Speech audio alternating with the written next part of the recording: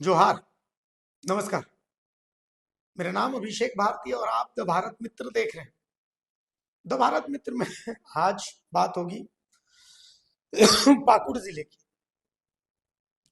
पाकुड़ जिले की बात क्यों होगी ये भी बताता हूँ मैं असल में पिछले 2 दिन से पाकुड़ जिले के दौरे पर था। इस दौरान बहुत अजीब अजीब से किस्से हुए, लेकिन कुछ चीजें जो मैंने देखी वो मैं आपको पहले बताता हूँ। पाकुड़ जिले में हिरणपुर प्रखंड है। हिरणपुर प्रखंड में एक जगह है ताल पहाड़ी।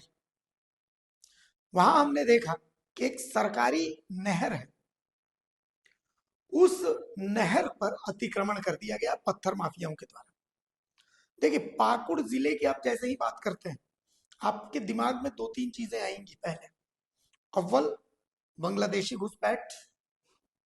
सरकारी आंकड़े भरे जो ना कहे, लेकिन आप जब वहां जाएंगे तो आपको नजर आएगा कि पत्थर के कारोबार में, अवैध पत्थर के कारोबार में जो नाम वहां पर लगे हुए हैं वो नाम बड़े इंटरेस्टिंग है। तो पहले मैं आपको कुछ बताऊं उससे पहले मैं आपको हिरणपुर प्रखंड के वो नहर की तस्वीर दिखाता हूँ। आप मेरे बगल में ये तस्वीर देख रहे हैं, ये सरकारी नहर है। अब इस सरकारी नहर पर अतिक्रमण कर लिया गया है। कैसे? इसमें डस्ट भर दिया गया है। क्यों? क्योंकि नहर के उस पार, ये देखिए ये नहर है और नहर के उस पार क्रशर। अब क्रशर को जब पत्थर कटते हैं तो उन पत्थरों को अलग अलग राज्यों में बांग्लादेश भेजने के लिए हाईवा में लोड करके और उसके बाद फिर इसको लाना पड़ता है। तो नहर में क्रशर जो है उससे नहर डिस्टर्ब कर रही है, तो इसीलिए इसको मिट्टी भर के और इसको भर दिया गया। अब क्या हो रहा है कि नहर सूख गई है। वहां की खेती, चूंकि ये रिहायशी इलाके, यहाँ पर आदिवासी लोग रहते हैं, लेकिन इन आदिवासियों की कोई नहीं सुनता। और सबसे गजब बात क्या है, यहाँ खनन कौन कर रहा है? रिहायशी इलाकों में। यहाँ इनको सीटीओ भी मिला हुआ है, कंसेंट टू ऑपरेट। आप समझिए कि जो क्रशर होते हैं वो कम से कम 500 मीटर दूर होने चाहिए, लेकिन ये क्रशर जो है ये मुश्किल से 10 मीटर 20 मीटर की दूरी पर है रिहायशी इलाके से। आसपास में खेत है। और आप सोचिए कि क्या स्थितियां हैं। क्रशर कौन चला रहा है? मैं आपको दो तीन नाम बताता हूँ। देखिए, हिरणपुर के मानसिंहपुर ताल पहाड़ी, ठीक है, ये दो जगह हैं, इसको नाम याद रखिए। आपको हमने दिखा दिया। अब आपको मैं एक बहुत इंटरेस्टिंग नाम बताता हूँ जिनके ऊपर ईडी का भी एक्शन हो रखा है। ये फोटो आप देखिए, ये है हाकिम मोमिन। हाकिम मोमिन नाम है इनका। हाकिम मोमिन क्यों जरूरी है मैं बता रहा हूँ ये नाम। क्योंकि हम गए तो कोई साफ साफ तो नहीं बता रहा है, सूत्र बता रहे हैं कि मुख्तार मोमिन जो कि हाकिम मोमिन के भाई हैं, ये बरमसिया सरकारी तालाब का अतिक्रमण कर चुके हैं। और सबसे बड़ी बात यह है कि इसमें अपना गाड़ी का ये, यहां से अपनी गाड़ियां तालाब का अतिक्रमण करके गाड़ियों को ये चलाते हैं। उसकी भी हम तस्वीरें लेकर के आए।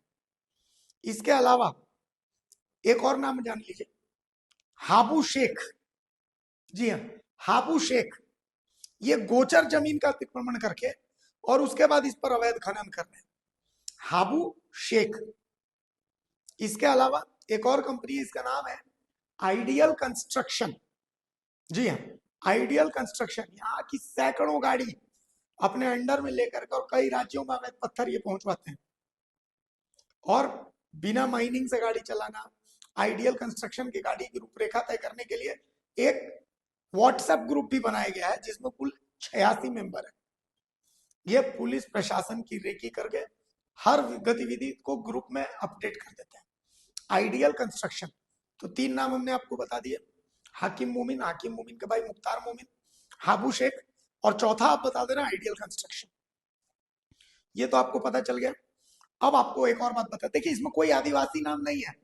आप समझिए, बांग्लादेशी घुसपैठ को आपको समझना है तो आप इससे समझिए। आप समझ रहे ना इन बातों को।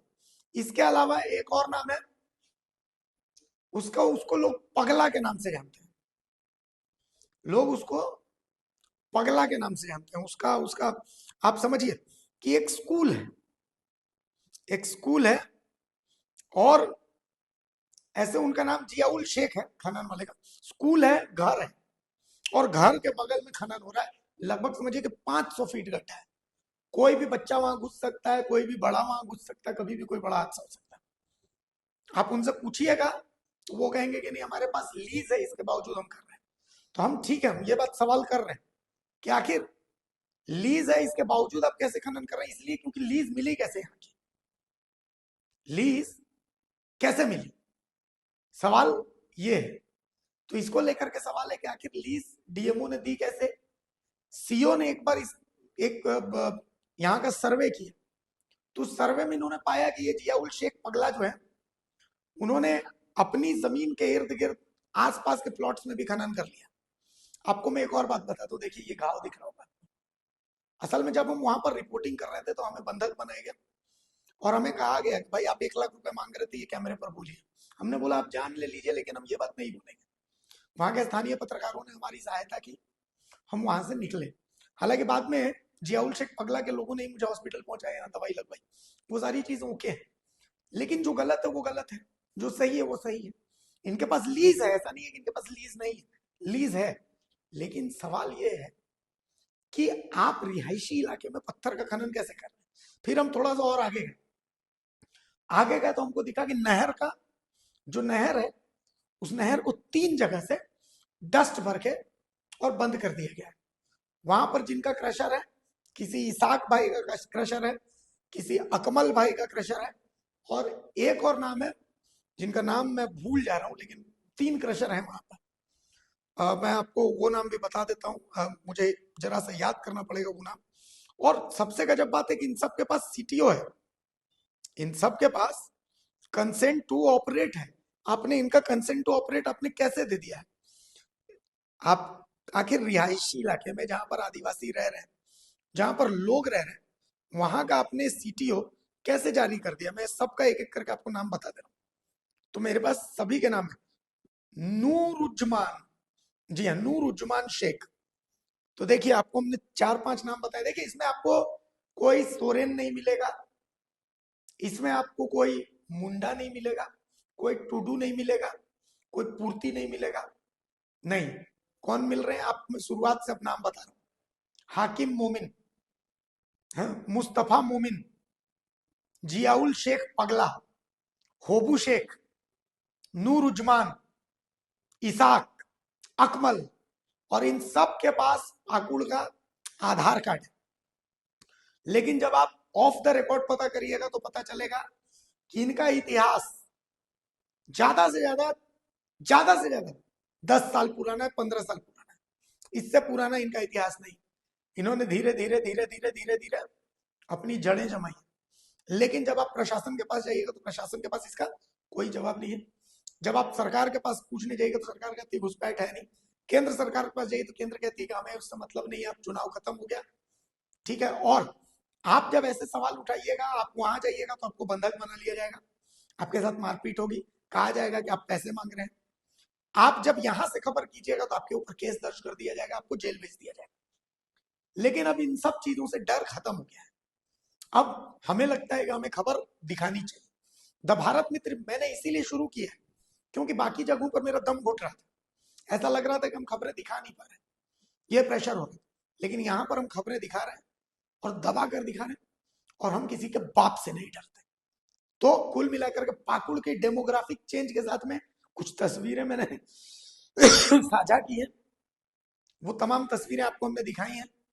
अब आप तय कीजिए क्या सही है क्या गलत है, क्या प्रशासन जांच करेगा नहीं करेगा। ऐसा हमें लगता नहीं है कि प्रशासन जांच करेगा, चूंकि वहां पर जिन लोगों ने हमें बंधक बनाया था उन लोगों ने बोला कि भाई प्रशासन के पास जाओगे, लो फोन लगाओ। किसके पास जाओगे तुम, किसके पास जाओगे? हमने सबको अपना हिस्सा जाता है और हमारी पहुंच बहुत ऊपर तक है। अब ऊपर कहाँ तक है पता नहीं। क्या तो बीजेपी, जेएमएम, कांग्रेस, आप जिसका नाम लीजिएगा सब हमारे लोग हैं। तो कुल मिलाकर के हमने ये जंग छेड़ी है इस सिस्टम के खिलाफ। हमें फर्क नहीं पड़ता सत्ता में कौन है, हमें फर्क नहीं पड़ता विपक्ष में कौन है, और हमें फर्क नहीं पड़ता हमें फांसी पे टांगिए, हमें फर्क नहीं पड़ता हमें जेल भेजिए। खबर दिखाना हमारा मकसद है और वो खबर हम आपको दिखा रहे हैं। जोहार, नमस्कार।